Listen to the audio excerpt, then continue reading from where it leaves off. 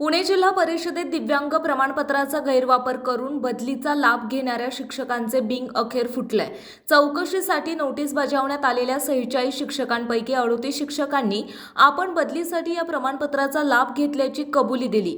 या सर्व शिक्षकांची बदली केली जाणार असून त्यांच्यावर विभागीय चौकशीची प्रक्रियाही लवकरच सुरू होणार आहे। जिल्ह्यातील 400हून अधिक शिक्षकांनी दिव्यांग प्रमाणपत्राचा लाभ घेतल्याच्या तक्रारी दिव्यांग संघटनांनी केल्या होत्या। या तक्रारींची दखल घेत मुख्य कार्यकारी अधिकारी गजानन पाटील यांनी 176 शिक्षकांच्या प्रमाणपत्रांची आरोग्य उपसंचालकांमार्फत पडताळणी केली। या पडताळणीत संबंधित शिक्षकांचे अपंगत्व 40% कमी असल्याचे निष्पन्न झाले। त्यानंतर जिल्हा परिषदेने 46 शिक्षकांना नोटीस बजावून खुलासे मागवले होते।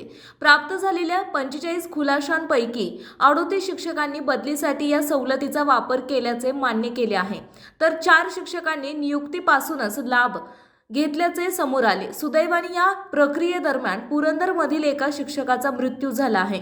या संदर्भात जिल्हा परिषदेचे प्राथमिक शिक्षणाधिकारी संजय नायकडे म्हणाले, ज्या 38 शिक्षकांनी बदलीसाठी दिव्यांग प्रमाणपत्राचा लाभ घेतल्याचे सिद्ध झाले आहे त्यांची तात्काळ बदली करण्यात येईल। तसेच या सर्व शिक्षकांविरोधात कडक विभागीय चौकशी केली जाणार आहे।